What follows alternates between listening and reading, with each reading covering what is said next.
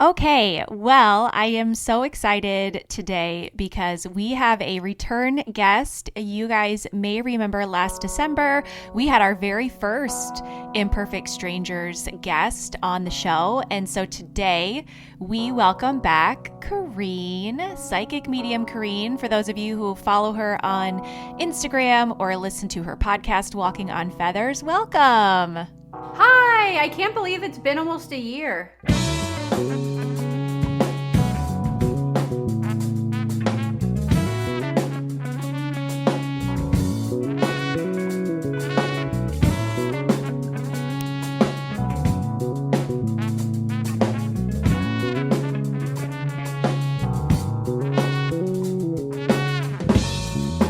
I know, it's crazy. It's crazy. So I'm so excited. Thank you so much for agreeing to record with me today. And I'm excited to get to talk to you because last time you were here, we talked and really focused on, your origin story, if you will, how you figured out you had your gifts and kind of what that looked like. So you took us kind of from that early 20s all the way to present day. And so today I thought that we could just maybe talk a little bit about your podcast because it's getting ready to hit its first birthday coming up soon, right? Yep, it's almost a year. It'll be a year in January. How's that going? It's going well, it's all trial and error. I have had to be a little bit compassionate towards myself because as you know, you've helped me a lot with the ins and outs of how to, the basics of even uploading. I finally hired someone to help me with the audio. That's been life-changing.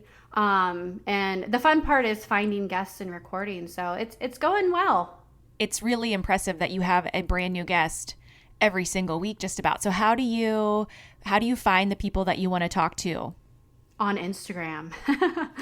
Well, also too, so I have my really good friend. She's the one that makes, her name's Amber. She makes magical candles and they're manifestation candles. And so she'll, last night she sent me a list of people that she loves and then I'll go through it and intuitively pick someone, or someone else will say I had an amazing reading from whoever, astrology reading or whatnot, and so then I'll go and intuitively connect with them, and if they have a good vibe, then I'll request their appearance on the show. I will say though, I have had two people that I've had to delete the episodes because after I posted them, I found out so both of them were medical mediums.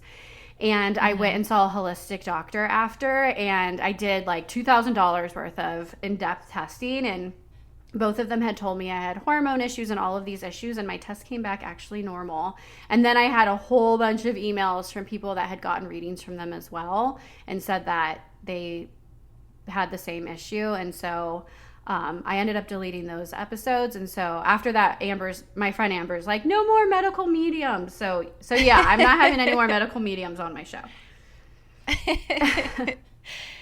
Speaking of, maybe doing an interview or releasing an episode and it didn't necessarily turn out the way that you had expected, or they didn't end up being the person that you thought that they were, or, having the gifts that they said that they had. There have been a couple times where I've listened and I'm like, this is so far beyond what I can comprehend or imagine happening. I specifically, is it Antohai Axel? Yes. Is that how you say it? Yes, Axel. That was the most bananas story I had ever heard. And I love that your podcast always makes me feel like, okay, just go into this with an open mind, be open to explore. Do you ever find yourself sitting in an interview with somebody being like, there's no way. This isn't possible. Okay, so this is crazy because 120%. But And I'm a skeptic at heart. Like, if someone tells me that they saw, like, an angel standing in the corner, I don't fucking believe them. Like, it's really, really rare. Until my daughter saw one standing in our kitchen once, and now I'm like, okay, people really do have those, like, physical experiences. Because when I connect, I see them in my head. I don't see them, like, physically standing in front of me. And that gift is very, very rare. I think that there's, like, 2 people on the planet that can do it. So, and I do feel like some psychics and mediums make it seem like that's the way that they read, but it's bullshit. bullshit. But anyways, I am a skeptic. And so if I haven't experienced something, then yeah, usually I'll call bullshit. But it's so funny that you bring up Axel because I just talked to him this morning. And because I had the craziest experience about 3 weeks ago where I had an out-of-body experience. I'm so scared to talk about it. Oh. Is that why you were asking? Like people on your... Yes. So I posted a survey like, has anybody ever had an out-of-body experience? And I did have one like 9 or 10 years ago. But as everybody listening knows, as you go through life, as the months roll on, your memories, you start to question them. Yeah. So like, I don't know, it just didn't feel, as the years have rolled on, it didn't feel as profound. And so anyways, Axel talks about traveling on the astral plane and whatnot. And when anybody talks about it, I always thought it was like a form of dreaming, which there is dreaming, lucid dreaming, where you're dreaming and you're fully aware that you're dreaming and you have control over it. It's a lot like the movie Inception. And then there's an experience called astral projection, aka out-of-body experience, where you literally, your soul leaves your body and you are controlling your soul by pure consciousness. So, for example, if you think of someone, then you end up where they're at. And that was my experience. It was fucking crazy. Ooh, am I allowed to say fuck? Oh, absolutely. We love the word fuck here. Okay. Okay, cool. So, it's hard for me to explain these experiences because I'm fully aware that they sound like fucking crazy, like I'm losing my mind, but I swear to God it happened, and I swear to God I wasn't asleep. So long story short, I laid down to take a nap because my 3-year-old kept me up the night before, and the feeling that I had felt during the first experience, it was the same. So my body tingled, it started heating up. I felt a presence of an angel, definitely Archangel Michael. I'm fully aware it's crazy. And it was like he was like trying to pull me out of my body. And I had a similar experience the night my friend died. Did I talk about this last time? We touched a little bit on kind of your experiences with her and some of the things that happened around her passing, but you didn't really get too in depth about it. So she died. We went to a bar. We drank all day. I was 2 hours from my house, so I ended up staying the night at her house. And I fell asleep, and I was in this like weird state where my body was paralyzed, and I could hear her walking down the hallway with her grandmother, and she was showing her like pictures and the house, and she came next to me and was like, come with us. And I was like, I can't, like I have a kid to take care of. What? But now 10 years later, I realize it's a form of having an out-of-body experience. I totally could have went because I've done research after this other experience. So anyways, going back to the nap, I could feel him pulling me out of my body, and I wasn't scared because the feeling felt the same as the very first time. That was 10 years ago. And I went out, and all of a sudden I like shot up, and I was in like this void. It was all black. It wasn't scary at all. It wasn't like dark or anything. It was like, how do I explain it? It was like this pure consciousness. And it was like, if you were looking, I was looking through binoculars. Everything was like more detailed and more colorful. There were stars everywhere. And he was like, I was floating, and he was leading me to, I don't know where, but all of a sudden these mandalas appeared, and I didn't know what they were. Do you know what they are? They're like, they almost look like henna tattoos, right? They're like these beautiful patterns. Yes. Mm-hmm. Okay, so that's exactly what they looked like. It was like henna. They were like puffy. And 3 days prior to this, I had just gone to Sedona, and I had this amazing healing session, profound healing session with the shaman. Before I left, she said, you need to make a mandala to complete the energy. I had worked on releasing some like childhood trauma and some other issues. I didn't know what they were, and it was on my to-do list to do. And so anyways, I just start seeing all of them, and I had this knowing that every single one held like sacred energy in it. It's like the best way to manifest. So like, for example, if you wanted to manifest abundance, you create this mandala, and all the ones I saw weren't like detailed or intricate. They were very, very simple. And so I was shown that. I don't remember what happened after that. I remember thinking about my dad because there's been some stuff going on with him. And then all of a sudden, boop, I ended up at my grandmother's house underneath her bed, and I could see my dad walking back and forth. He was either hanging a picture up on the wall or taking something down. And I got scared because I was like, why the fuck am I here? At the time, I didn't know that like this was controlled by consciousness. So then I like had a thought about my mom, and then I ended up on her front porch. And then I remembered a psychic telling me like 10 years ago, when she was having out-of-body experiences, you can fly. And so I ran, and it's weird because you feel like you still have your body, but you can't see it. So I like ran and I jumped and I started flying around, and I could feel the air like hitting my face. It was like really, really cold. And then I wanted to remember everything. And so I got back, I thought about my house, and I got back in my body. And so after that, I like read a book within 2 days about it. I found the documentary on it. I'll email them to you so you can like share them with your whoever's like intrigued by it. And in this documentary, it said every single thing that I experienced, like it sounds like a jet engine is flying by your head. Like there's this like really loud noise that goes shh, and then it happens. And then your whole body like tingles and vibrates. And so anyways, there's a lot of similarities to like my experience. And then they talked about being able to control it by thought. And so I laid down like 3 days later with the intention of doing it, and I fucking did it again. And so this time I was like, I want evidence to prove, and it's during the day. So I'm like, I want to go see one of my friends. And the first person I thought of was my friend Lindsay. And so I saw her, and it looked like she was at a salon. And it's weird because this experience was, it was like not as vivid. There's different realms too. I'm trying to figure out what that's all about. But so anyways, I saw her, she was in a salon. And I came back, and I was trying to push my ring, like the Ring doorbell, because I wanted to push it and then tell my husband I fucking pushed it and no one was there. Couldn't figure out how to do that. I'm like all about evidence. I know, it's ridiculous. Have you ever seen the movie Ghost? The one with where Patrick they like Swayze? Do the pottery shit. Yeah. And he's like trying to like push the coin and like muster up that just made me think of that, where he's like trying to muster all of his like ghostly energy to like give Demi Moore proof that he's there. So I'm sorry. That's funny. I don't remember that, but I want to prove it. And so anyways, long story short, I get back into my body and I text my friend, and she's normal. Like she's a normal human. And so I like, my text is like erratic. I said, is your hair wet? I am trying to do this thing. It's called Astral Projection. And I thought of you, and I saw you. You were in a hair salon. I don't know if you're getting your hair cut or what, but tell me, is your hair wet? And she's like, my hair isn't wet. And she's like, but what the fuck? I just got my hair blown out. I was at a salon. And I was like, shut the fuck up. And you were about to get your makeup done too, right? And she's like, yeah, how do you know that? Like she was so creeped out. Oh my God. And so I was like, perfect. This is exactly what I needed. I just needed a little bit of proof.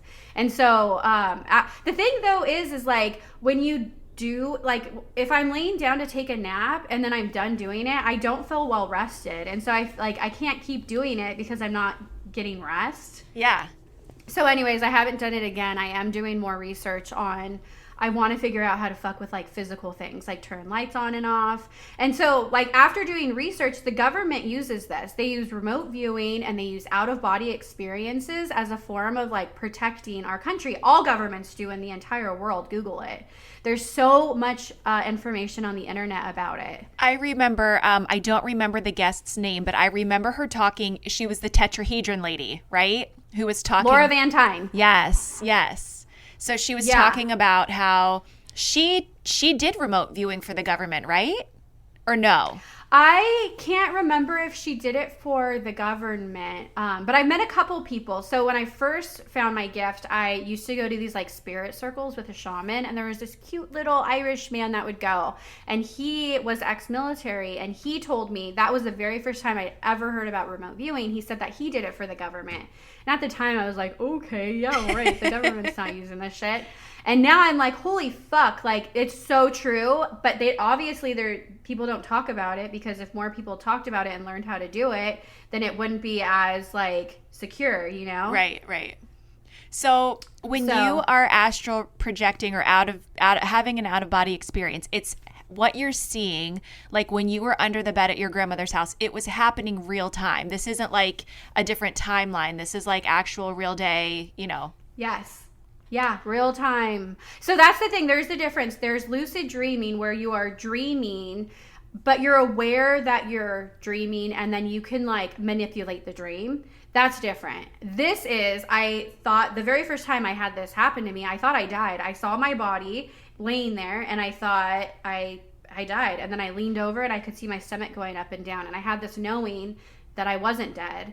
So, and then I could feel beings there. And each time it's happened, it feels like I'm in a different realm. I know that sounds crazy. The first one felt like denser. The more recent one where I saw the mandalas and shit, that was the most magical. Like I felt like I was like in this like magical angelic realm and I had more abilities or I was more connected to my consciousness. And then the third one was more like the denseness. It wasn't as magical. So I don't know what that's about, but I'm trying to do research to figure it out. And I do feel like very, very drawn to learning how to do this so I can teach other people how to do it. That is insane. In these books, they say that you can call on your dead people, like the people on the other side, and you can meet with them. And so normal people have these experiences. And so after I read that, I was like, oh, that's what she was doing when she came to me after she died. She wasn't trying to like kill me or anything. She was trying to show me that I could go with her and then leave my body and come back to it. Wow. That's crazy. I remember as a teen, like getting a hold. I mean, I was so interested in this shit as a kid. And I remember reading books about, you know, out of body experiences and they had exercises to do it. But it just sounds so far fetched that I was just like, I know. Trust me. I know. And that's the thing too, like when you're doing it, you're more conscious. Like, for example, when it was happening to me the second time, when I heard the noise and my body was vibrating, I had this remembrance, this consciousness of reading this paragraph about how some people will envision a rope in front of them and try to pull on the rope to pull their soul out of their body. But the easier way to do it is to roll out. And so I remember like trying to roll out. And trust me, I know this sounds fucking crazy. I am like fully aware of that. And I have like hesitated to share, but I feel like this is happening to me because I'm meant to bring more awareness to it. So judge me all you want. I would fucking judge you if I was listening to you talk about it, but I swear to God, I'm not making this up. And I wasn't dreaming. And yeah, so I don't know, like as the years have rolled on and the more that I've like healed myself from like trauma and all the stuff that I've gone through, there's a correlation with like my gift and my I just call them my magical powers getting stronger. And I've been having like more profound experiences. That's really cool. No, I totally believe you. That's insane. So as you're trying, like, so with this most recent experience and you then contacted your friend afterwards to check in to see if you could like corroborate what you had just experienced, could other people sense you? So like, let's say that you like came to my house. Is there a way that like somebody could sense that you're there or like you're totally invisible? It's just like watching, like being a fly on the wall, essentially. So it depends on how connected you are. So for you, if it was during your waking time, I feel like you would be able to feel me.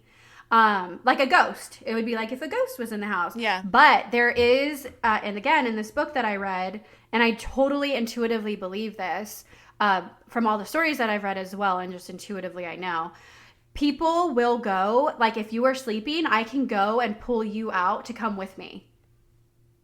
Yes, I know. It's And fucking crazy. I don't know how to do that yet, though. You that can go kinda anywhere. scares me. Like you just have to set You your can go- intention. Dude, you can, yes, people talk about going to different universes. You can go to fucking Ireland, Hawaii, wherever you want to go. So going back to Axel, this happened and he was the first person that I thought of I'm like, he's going to get it because he talked about doing this. Yeah. So I messaged him and I was like erratic, like freaking the fuck out, more so than I am right now. And he was like so nonchalant. He's like, yeah, you were on the astral plane. So, and I'm like, wait, but I did this without doing mushrooms or any drugs. Like, how the fuck did this happen? And he's just like, you have the ability to do it. Like, you're waking up. And what I intuitively feel or think, I feel like we as humans go through shit. And as we go through shit, picture a cup. You know, we put shit in that cup, and if you don't clear the shit away, that makes your vibration denser or heavier. So you're less likely to be able to have spiritual experiences because that cup is full of like a negative vibration that's weighing you down. But as you clear out that cup, your vibration is able to lift and your awareness gets stronger, and it makes it easier for you to have these like profound experiences. That's just my opinion. Yeah. Well, I mean, it makes sense that if you can't, like, if you're so focused on, you know, the negative or the trauma or whatever it is that's going on, there's no room for anything else, right, to come in. Like, you have to be right. And I think too that like some people, so say you had a shitty childhood, okay, it was 20 fucking years ago. You're not focused on it, but like your belief systems and the way that you feel about yourself are based off of that. And that's why it's important to work on it, because as you do, it removes that like all those negative beliefs and the way that you were taught to feel about yourself. And you start to see the world from a lighter, more hopeful perspective. So, because I feel like a lot of people will go through things and then they're like, yeah, I was in therapy for like 2 years. It's like, but it didn't work because you still feel the same way. Like, yeah. you know, your medicine's something different. So I don't know. I'm just like very thankful that it's happening to me, but I'm also fully aware that people are going to fucking call me crazy. No, well, how do you talk to your husband about this? Is he like open to this, or is he just like, okay. So, well, in the beginning, he was like, what the fuck? But then over the years, things have happened. I mean, we've had pretty crazy experiences. I mean, one day I was walking down the stairs, his dad's passed, and I smelled heavy cigarette smoke. And then I saw his dad in my head, and he was showing me these diet pills that my husband was taking. And so I went into his office, and I was like, are you fucking taking those, like, the phetramine or whatever it's called? Yeah. And he was like, how do you know? I was like, I fucking just saw your dad. And so then I was like, throw him away. So then after that, like, I mean, there's been so many experiences like that. So he is, I mean, after this latest one, I was like, I have to tell you something fucking crazy, but I swear to God, I'm not lying. So he's very open, but he's like me. I think that it's one thing to hear it and it's different to experience it. But I did, after the third time, I screenshot my text messages and sent them to him between me and Lindsay. And he was like, okay, like there's something to this. But I think too, he's just, I mean, he's a CPA, he's an accountant. He's just, his brain works differently. He's not, he doesn't really care about like where we go when we die. And he's more focused on this lifetime, where I'm more focused on like connecting over there while I'm here.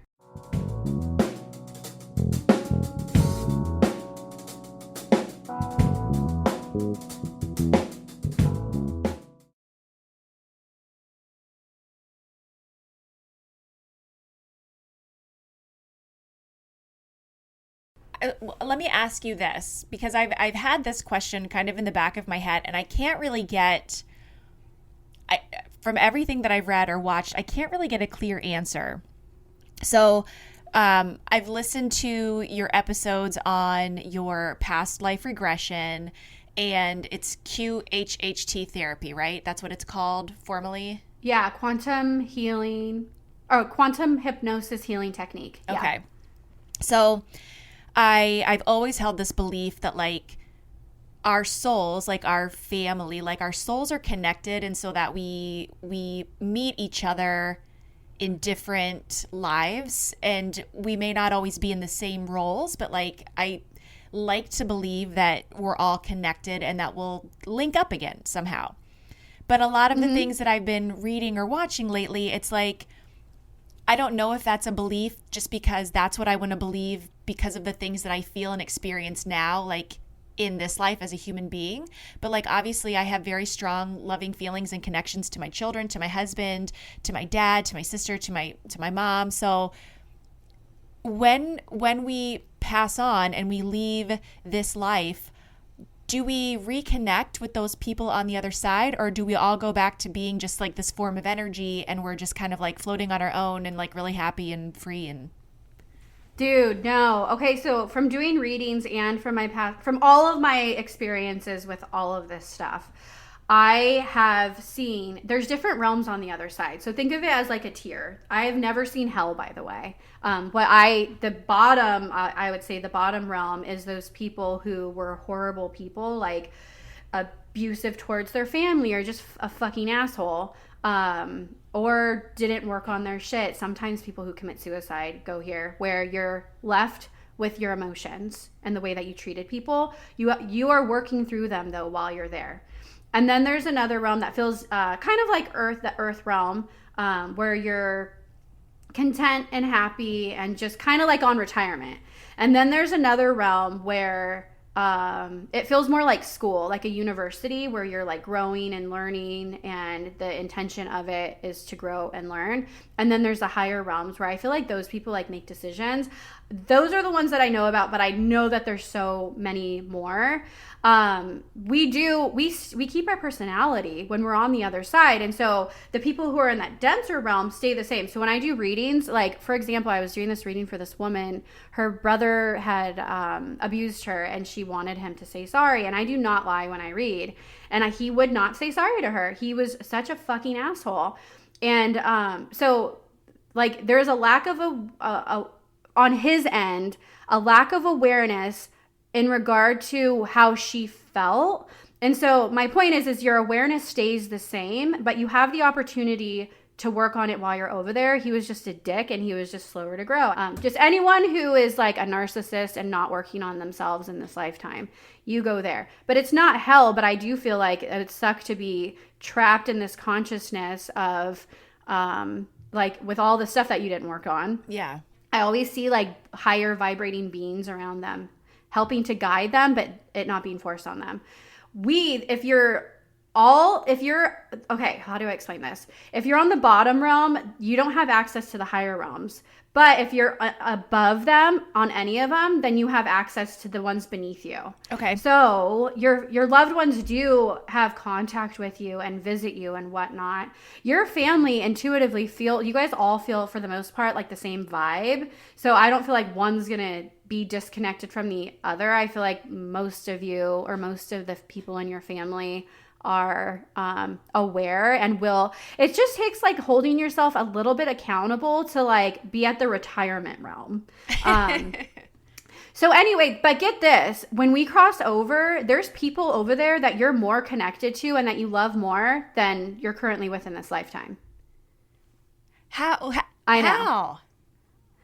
So because we've lived so many different past lives, and we have a connection, relationships with people on the other side, because that's where our home is. And then we come in to learn lessons and whatnot, and then we go out, and then we come in and we go out, and those are like our security blankets, our loved ones. They're more like our family more than our family is. Anyways, to answer your questions, yeah, you guys will all stay together. Like with my family, I know intuitively and from doing past life regression that me, and my brother are more of like the same vibe. I have a twin brother, and my mom is a little bit like beneath us, not in the way where we're better. We've lived more lifetimes and we're more aware. Yeah. And then my sister and my dad are more like on the lower realms, and they're like more baby souls. So, like I'll be able to have contact with them, but it's not like I don't know how to explain it. Like it's not like how when we all cross over and then we live in the same house and whatnot. We see each other and we have like free will and choice though. It's kind of like being in different grades in school almost. Yes. That's the best way to explain it. Yes. Okay. That's crazy. So like my dad and my sister are more in elementary school, and their time is occupied by learning whatever is being taught. It's basic like human needs though, compassion and empathy more so. And then once you've graduated from that, it's like high school where you're more aware of how your decisions affect other people, and then you develop this empathy and compassion, and then you want to help people.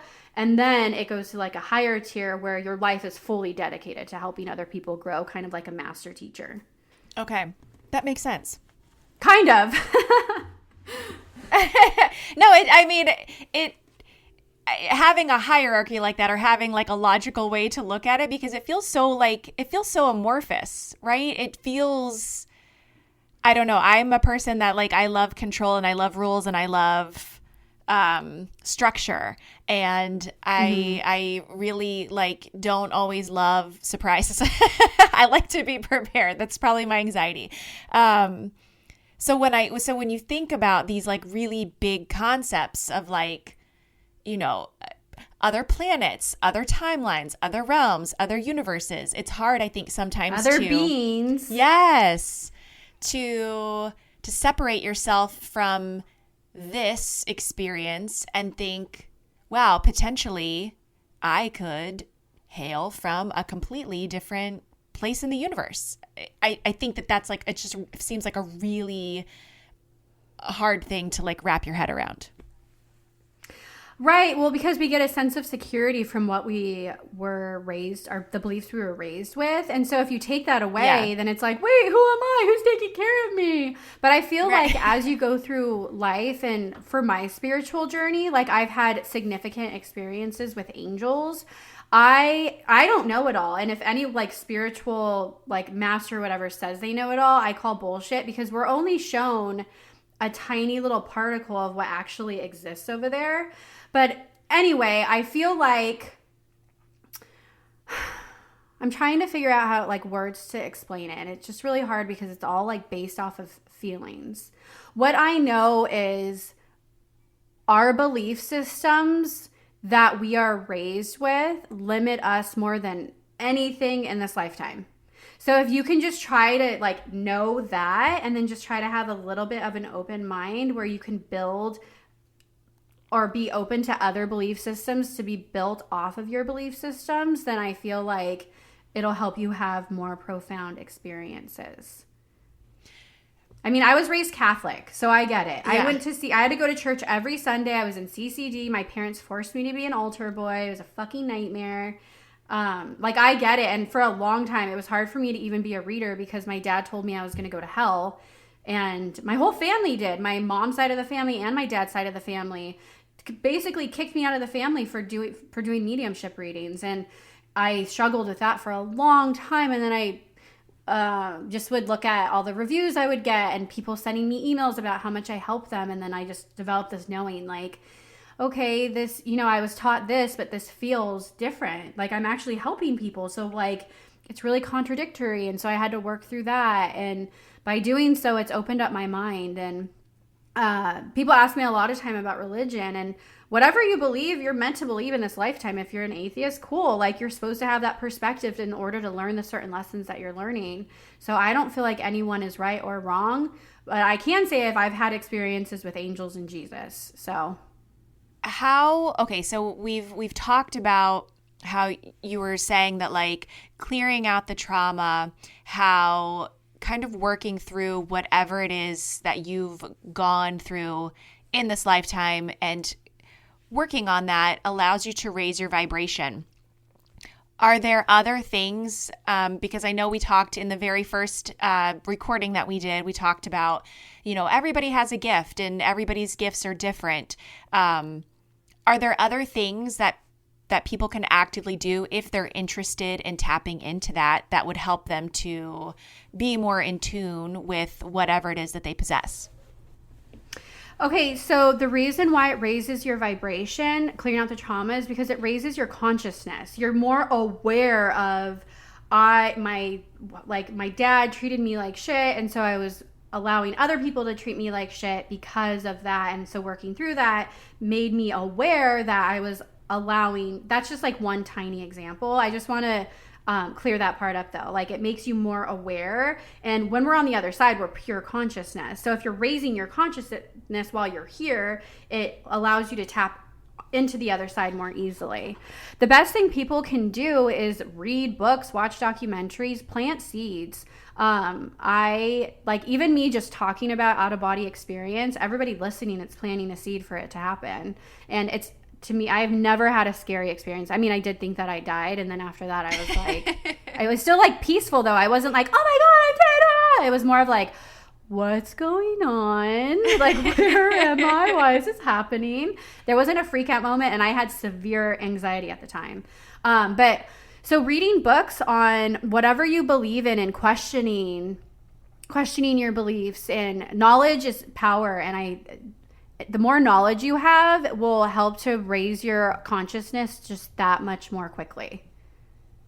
But do what you're drawn to, because everybody has different gifts. And so, like, for me, I'm very into, like, out-of-body experiences and the dead people shit, where other people are more into, like, the body connection and healing the body and the chakras in the body. And then other people are into astrology and, like, how that can predict different things in your life and whatnot. And I feel like all of them are like stepping stones, and we're all like headed in the same direction. We just have different stones to hop on to get there. So my advice is to read about whatever you're drawn to. Don't read a book that you're like, oh, this is gonna suck, because you're not gonna get anything out of it. Yeah. Out of everybody that you've talked to in the last year for Walking on Feathers, has there been like one interview or maybe a couple of experiences or one, because I know you've seen shamans and I know that you've kind of started to expand what your interests are or what you think that you want to practice. Is there anything that's been particularly surprising to you that maybe you hadn't been aware of, or something that maybe shifted your perspective on it? Yeah, sound healing. So I had this lovely girl on, her name's Carly Tway, and she's a sound healer. And I used to think it was bullshit or just like hippie-ish. It wasn't my thing. And I was really drawn to her. I found her on Instagram because she sells crystals, and we ended up talking, and then I went to her house and she did a sound healing session on me. And it was incredible. Like, I was going through a lot at the time, and I literally left feeling like she had taken 100 pounds off of my chest. And actually, I just got my own sound healing bowl. Cute. So for somebody that doesn't know what sound healing is, can you explain what it is?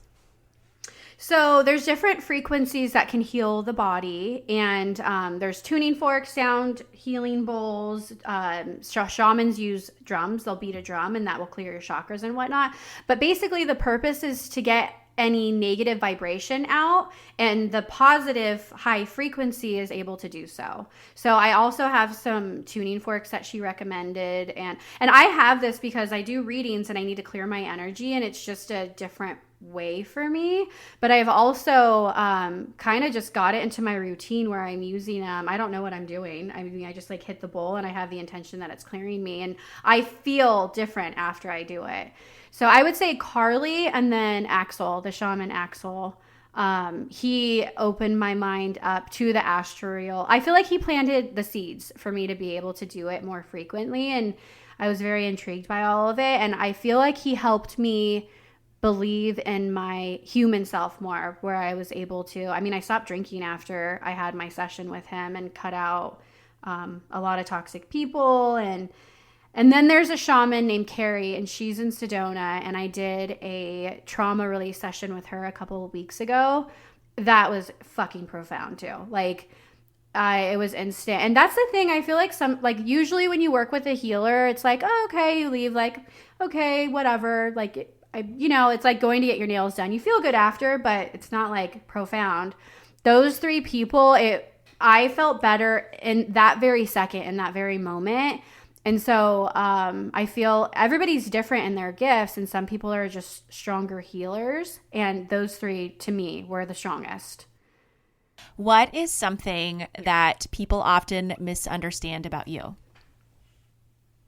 That I know everything. That, like, the psychic knows everything. Like, oh, you should know. The phone's gonna ring, or you knew that I was gonna call, or something like that. I take it like offensively when I know that I shouldn't, but it doesn't fucking work like that.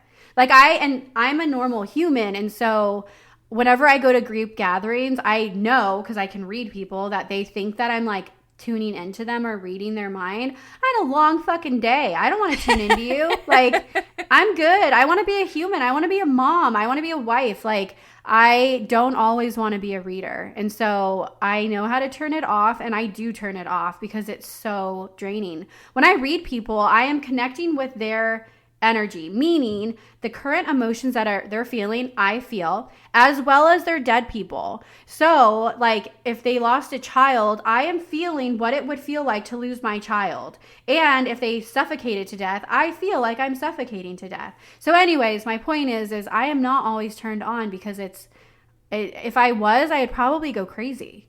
Yeah. Yeah. Is there ever a time where like you go into a situation like that and it's just like you cannot keep it turned off, you cannot keep that boundary drawn, and somebody comes through and you have to, go through with the reading and approach that person? Or are you able to just like brush it off and say, no, not today? So when I was drinking, and I just want to say, like, I didn't consider myself to be an alcoholic, but I was like having like 1 or 2 glasses of wine at night, or 3 glasses at a party. And I just would start reading people. And it was like, there was one person, all of the readings were really good, but after I left, I didn't read the woman's house. She had a party at her house. And after I left, I was like, oh, fuck. Like, I think she's Christian. And that's so offensive. Like, that's not okay that I just went and did readings for people at her house. It's like, so after that is when I stopped drinking, actually. I was done with it. But now that I'm not drinking, no. Nope. I turn it off. There was one time when I was at this trampoline park, and I was sitting next to this woman, and holy shit, this guy came through so quickly. And my son was 1 at the time, and he was jumping, playing with kids. And so I turned to her and I'm like, hey, listen, I never do this, ever. I never, ever do this. I really don't. But did you lose your nephew? I keep seeing this guy, and he's like in an ICU bed, and it looks like he's a burn victim. And people always cry too. And I'm like, don't cry. You're going to draw, like, make a scene. It's so awkward. And she did. She started crying. And I was like, wait. Let me just get the message out really, really quick. And so I said, like, he just keeps showing me you guys having to pull the plug, his dad having to pull the plug. But he had to do that. And he didn't want to live like that. So anyways, I give her a reading. And then afterwards, she's like, you have no idea how much this has changed my life. I guess it was her brother's son. And he went to go take a shower, and he closed the door, and he ran out of weed. And so he got his bong and like scraped the like yucky resin shit out of the bowl and put it in the bowl and kept like lighting it. And apparently there was too much gas. And then when he finally got it lit, he like, I don't know how, but it exploded and caught on fire. And I don't know. It doesn't make sense to me, but he burned his body pretty bad, and he was in the ICU for over a month. And he had significant brain damage from lack of oxygen. So anyways, he wanted the cord to be pulled. And so that's rare, though. I feel like that happened like 3 or 4 years ago, and it hasn't happened again. I don't like it. I have 3 fucking kids. Like, I don't want to like, I have my life prioritized. My kids I come, then my kids, then my husband, then my gift. And so if I'm with my family, I want to be able to like be present with them. I sound like a bitch.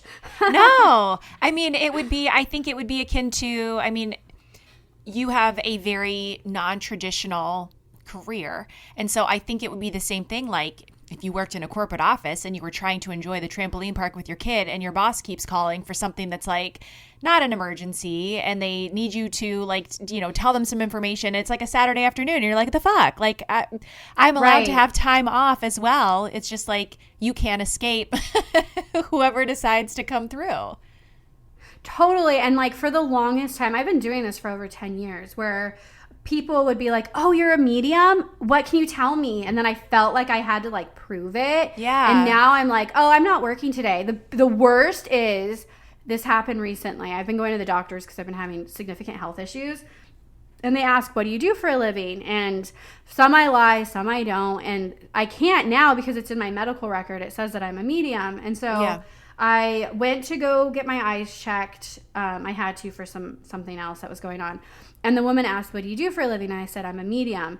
And she turns around and she starts hysterically crying and starts talking about how she was mean to her grandmother before she died. And if I could tell her that, like, she's sorry, I'm like, well, they can hear everything, so you could tell her. And then she started asking me questions, and I was like, I'm sorry, I'm here for, like, my health purposes. I need to get this test to send to my neurologist. Like, can we just do this? And if you want to book a session, you can book one. No, dude, it happens every single time I go to the doctor. Every single time. That's weird. It's so annoying. That would be so awkward. I mean, I don't love other people's feelings to begin with. I can't imagine being in the middle of like your own crisis and having somebody be like, but real quick, is my grandma here? That's the thing. I was in the middle of my own crisis. I had got some results back that were not good. And so they wanted me to get an eye test to see what was going on. And so I was like, had anxiety really bad. I had seen the neurologist the day before and he asked what I did for a living. And he was like, what's God? And like asking me all these questions. Gosh. And I'm like, can you just read me the radiology report to tell me what the fuck is going on? Like, I'm not here to prove it to you right now. And so my husband's like, just tell them you're a counselor. But when I do that, they ask what kind. And if you know me, I am not a liar at all. I always give too much information. I'm an open book. So I'm trying to work on just saying that I'm a stay-at-home mom. I feel like that's the best because then people don't ask questions. Right. You know? They're just like, oh. Like they're disappointed. Yeah, totally. When it's the hardest fucking job in the world. 100%. Oh my God. Oh my goodness. Do you ever have any inclination to like read your kids to find out what's going on, or is that like a violation of privacy? Oh, all the time. I don't care. I do, but honestly, I have to say me and my kids are very open. Like, we had a situation like a long time ago that forced us all for me to be an open and honest parent. And my daughter had asked about Santa Claus and I couldn't lie. There was like no more lies being told. And so ever since then we are very, very open. I mean, my kids come home from middle school and tell me all the drama. Like they tell me more than other people's kids tell them. So I don't really have to do that. Besides, this morning I was making their lunches and I put some cut up cucumbers in there and I like had this vision of both of them throwing them away in the trash. And I was like, hey, I know you guys threw your vegetables away yesterday. And both of them look up and I'm like, I know, I just had a vision of it. Like, if you want me to make you lunch and put all of this crap in your lunch, you just have to eat the 10 cucumbers. So, like, stuff like that. It was just fucking stupid. No, my kids need to get on that train because they just bring them home. And then I'm even more pissed because I'm like, God damn it, I cut these up this morning. I'm just going to go feed them to the guinea pigs now because they're not going to go to waste. You're like, be smart enough to throw them away. Right. Is there anything, like, when you've done interviews or you've done podcasts in the past, is there anything that you wish somebody would have asked you when they were interviewing you? Oh, that's a good question. I don't know if it's one question. I think it's more of like, I think that people put mediums and psychics on pedestals. And I just don't, and I feel like psychic and mediums put themselves on pedestals too. It's kind of like we're not supposed to have egos, but a lot of them have big fucking egos. I just feel like it's important for people to know that we are normal humans. Like we are struggling from everyday things. And I think that sometimes our lives tend to be a little bit more difficult because within like the struggle, we develop like empathy and compassion and whatnot. So I think that like, I want people to know that we're normal and we just have this ability that was developed a long time ago to connect with the other side. But it's a lot more like simple than people think. Like people think that it's like very outside of us. Again, everybody has the ability to connect with the other side. We're all from there. We're all going to go back over there. So I just don't like that. I don't like how spiritual people are put on a pedestal.